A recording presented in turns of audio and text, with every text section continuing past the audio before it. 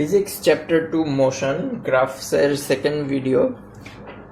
So এই ভিডিওতে আমরা যেই ধরনের গ্রাফ নিয়ে ডিসকাস করব সেটা হচ্ছে ভেলোসিটি ভার্সেস টাইম গ্রাফ, এবং যেই কন্ডিশনগুলো আমাদের খেয়াল রাখতে হবে যে ভেলোসিটি ভার্সেস টাইম গ্রাফ থেকে আমরা কিভাবে রেস্টে আছে নাকি মোশনে আছে সেটা কিভাবে বুঝবো, ইউনিফর্ম ভেলোসিটি নাকি নন ইউনিফর্ম ভেলোসিটি সেটা কিভাবে বুঝতে পারবো, ডিসপ্লেসমেন্ট আর এই গ্রাফ থেকে আমরা ডিসপ্লেসমেন্টও বের করতে পারি, অ্যাক্সেলারেশনও বের করতে পারি, আর কোন গ্রাফটা ইনক্রিজিং ভেলোসিটি বোঝাচ্ছে কোন গ্রাফটা ডিক্রিজিং ভেলোসিটি বোঝাচ্ছে।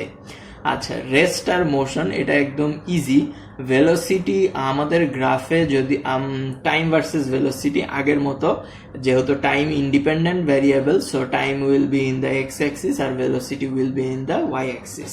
সো আমি যদি আগে একটা নর্মাল গ্রাফ এঁকে ফেলি, so this is our time axis and this is our velocity axis. আচ্ছা, সো যদি কোনো একটা অবজেক্ট রেস্টে থাকা মানে কি? তার ভেলোসিটি জিরো, সে মুভ করবে না। রেস্টে থাকার মানে হচ্ছে তার ভেলোসিটি জিরো, সে মুভ করবে না। সো ভেলোসিটি ভার্সেস টাইম গ্রাফে যদি রেস্ট কন্ডিশন বোঝাইতে হয় তখন আমাদের গ্রাফটা কি হইতে হবে? তখন আমাদের গ্রাফটা পুরো এক্স অ্যাক্সিসের ওপর হইতে হবে। শুধুমাত্র তখনই এটা আমাদের কি বোঝাবে, যদি গ্রাফটা আমাদের এক্স অ্যাক্সিসের ওপরে থাকে তখন সেটা আমাদের রেস্ট কন্ডিশন বোঝাবে। কেন? কারণ টাইম ইনক্রিজের সাথে সাথে ভেলোসিটি ইনক্রিজ হচ্ছে না এবং ভেলোসিটির ভ্যালু হচ্ছে জিরো। কারণ আমরা জানি এই পয়েন্টটা হচ্ছে অরিজিন মানে 0 পয়েন্ট।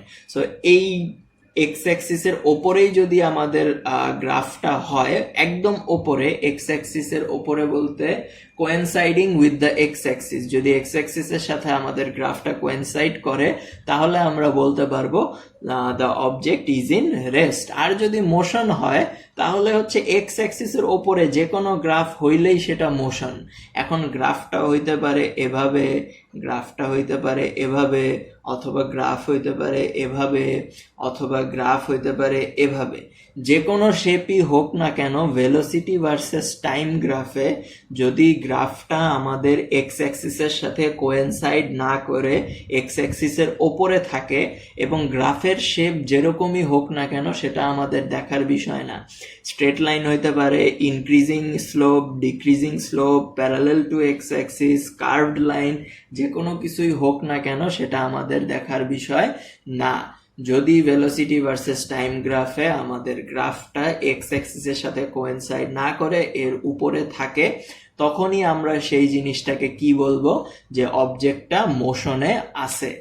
আর যদি এই আমাদের গ্রাফটা যদি এক্স অ্যাক্সিসের সাথে কোয়েনসাইড করে তখন আমরা বলতে পারবো যে আমাদের গ্রাফটা অথবা আমাদের অবজেক্টটা রেস্ট কন্ডিশনে আছে।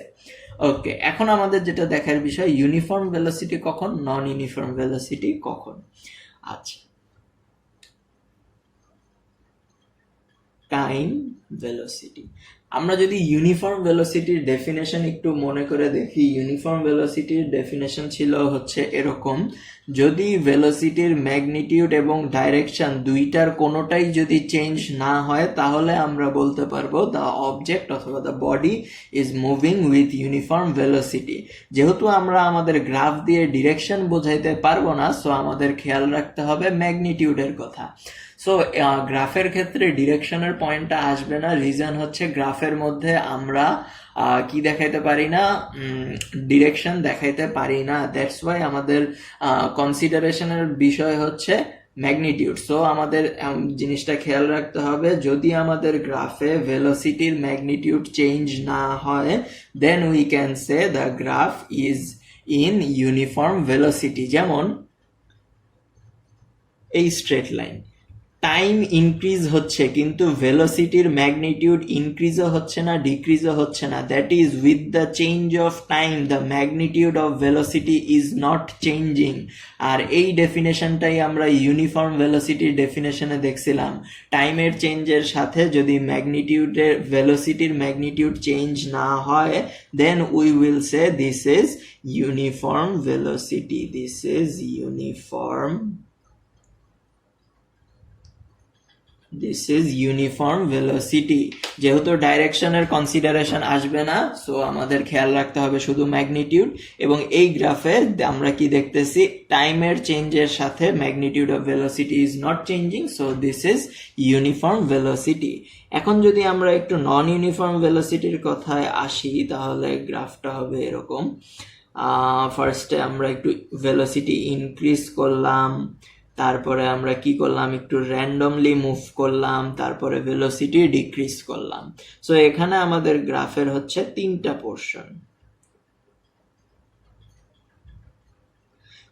পোর্শনের কথা একটাই। আচ্ছা, এটা হচ্ছে টাইম অ্যাক্সিস, এটা ভেলোসিটি অ্যাক্সিস। তিনটা পোর্শনের কথা একটাই, এরা হচ্ছে নন ইউনিফর্ম ভেলোসিটি।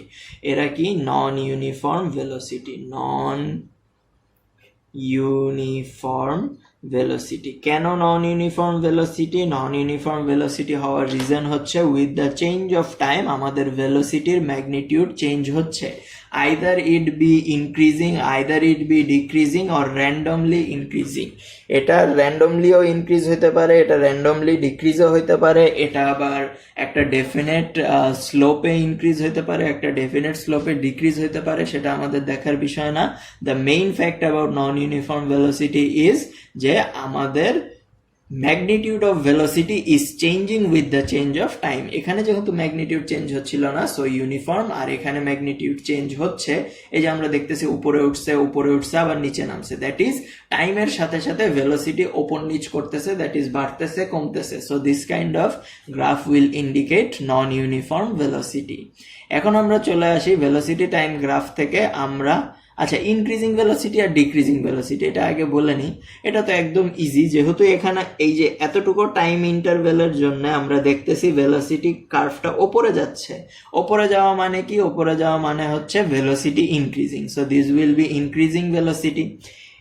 এই টাইম ইন্টারভেলের জন্যও যদি আমরা খেয়াল করি, আমাদের ভেলোসিটি কার্ভটা ওপরে যাচ্ছে, যদিও এটা স্ট্রেট লাইন না বাট কার্ভড লাইন, কিন্তু কার্ভটা কি ওপরের দিকে। সো এই পোর্শনটুকুও কি, এই পোর্শনটুকুও ইনক্রিজিং ভেলোসিটি, বাট এই থার্ড পোর্শনটুকু ডিক্রিজিং। কেন?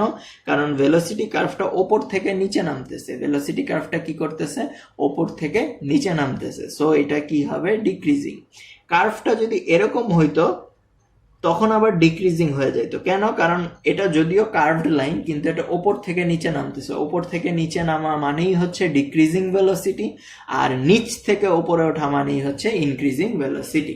সো এখন আমাদের যেটা দেখার বিষয়, ভেলোসিটি টাইম গ্রাফ থেকে আমরা ডিসপ্লেসমেন্ট আর এক্সেলারেশন কিভাবে বের করব। আচ্ছা, আমরা যদি একটু খেয়াল করি, দুইটা পয়েন্ট আমি লিখবো, কি এরিয়া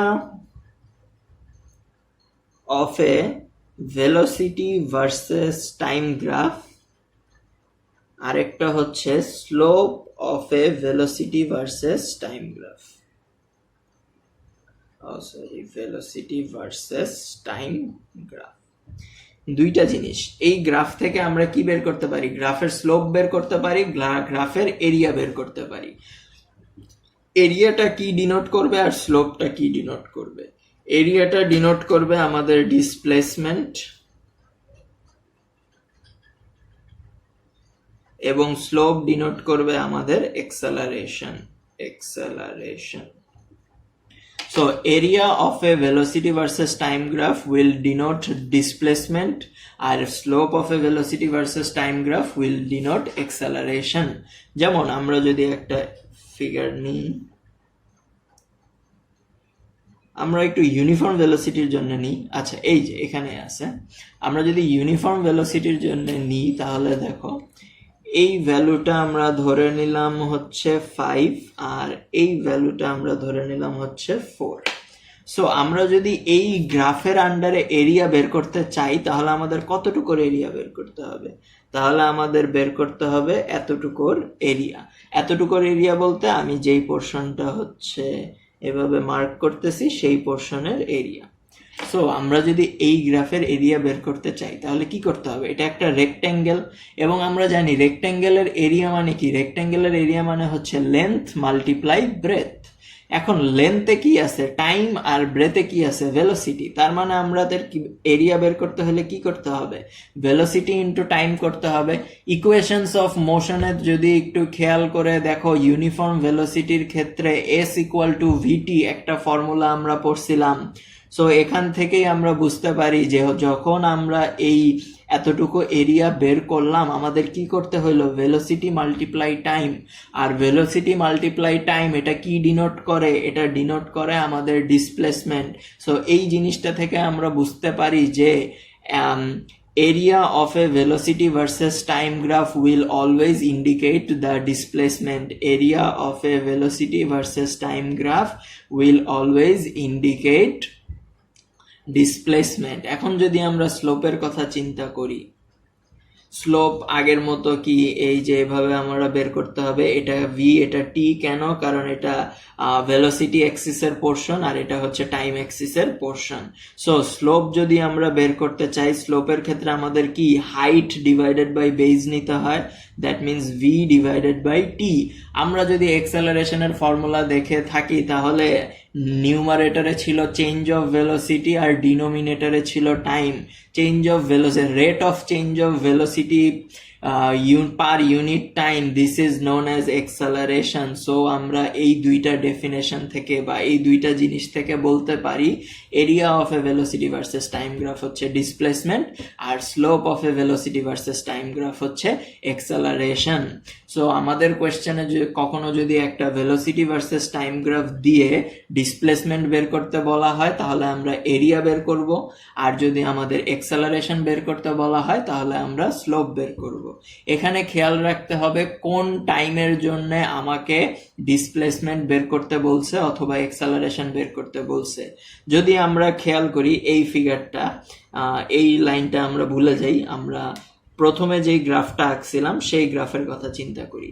এটা আমরা কনসিডার করলাম হচ্ছে 2 সেকেন্ড, এটা 4 সেকেন্ড, আর এটা হচ্ছে 6 সেকেন্ড।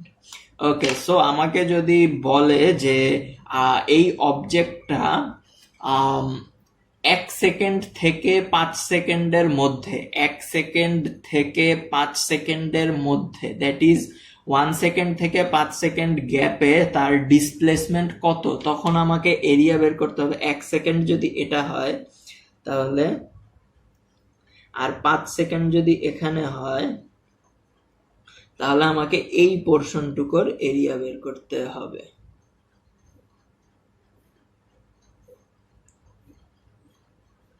তাহলে আমাকে এই পোর্শনটুকুর এরিয়া বের করতে হবে। তখন শুরুর 1 সেকেন্ড এবং শেষের 1 সেকেন্ড আমরা কনসিডারেশনে নিব না। কেন? কারণ আমাদের যেই ডিসপ্লেসমেন্টটা চাইছে সেটা হচ্ছে 1 সেকেন্ড থেকে 5 সেকেন্ডের মধ্যে। সো আমরা 1 সেকেন্ড থেকে 5 সেকেন্ডের মধ্যে যেই গ্রাফটা আছে সেই গ্রাফের এরিয়া বের করব। ওকে, এখন আসি এক্সেলারেশনের কথা। এখানে 3টা পোর্শন, সো 3টা পোর্শনের জন্য আমরা 3টা এক্সেলারেশন পাবো। যেমন এটা হচ্ছে ইনক্রিজিং স্লোপ, তাহলে এখানে আমরা একটা পজিটিভ এক্সেলারেশন পাবো। এটা ডিক্রিজিং স্লোপ, এখানে আমরা নেগেটিভ এক্সেলারেশন পাবো। পজিটিভ এক্সেলারেশন মানে তো এক্সেলারেশন, আর নেগেটিভ এক্সেলারেশন মানে কি ছিল, রিটার্ডেশন ছিল। আর এটা যেহেতু কার্ভড লাইন, এটার স্লোপ এখনো তোমরা বের করা শিখো নাই। সো এখানে কি হবে, এই কার্ভড লাইনের স্লোপ অ্যাকচুয়ালি তোমাদের বের করতে হয়তো বা দিবে না, কারণ ওই যে যেটা বলছিলাম আগের ভিডিওতে যে কার্ভড লাইনের স্লোপ বের করার জন্য আমাদের ডিফারেন্সিয়েশন ইউজ করতে হয়। বাট দেখার বিষয় হচ্ছে এখানের স্লোপ, এখানের স্লোপ, এখানের স্লোপ, 3টা পোর্শনের স্লোপ ডিফারেন্ট, দ্যাটস ওয়াই 3টা পোর্শনের এক্সেলারেশনও ডিফারেন্ট। সো আমাকে যদি 3 সেকেন্ডে এক্সেলারেশন কত জিজ্ঞেস করে তাহলে আমাকে এই পোর্শনের এক্সেলারেশন বের করতে হবে। আমাকে যদি 5 সেকেন্ডের এক্সেলারেশন জিজ্ঞেস করে তাহলে আমাকে এই পোর্শনের এক্সেলারেশন দেখাইতে হবে। আর যদি আমাকে 1 সেকেন্ডের এক্সেলারেশন চাই তাহলে আমাকে এই পোর্শনের স্লোপ দেখাইতে হবে। সো আমাদের খেয়াল রাখতে হবে কোন টাইমের জন্য আমাদের এক্সেলারেশন অথবা ডিসপ্লেসমেন্ট চাইছে। সবসময় পুরা গ্রাফেরটা বের করলে হবে না, আমাদের খেয়াল রাখতে হবে কোন টাইমের জন্য এক্সেলারেশন অথবা ডিসপ্লেসমেন্ট চাওয়া হয়েছে। আমরা এরিয়া এবং স্লোপ ওই টাইমের জন্য বের করব, পুরা গ্রাফেরটা সবসময় বের করব না।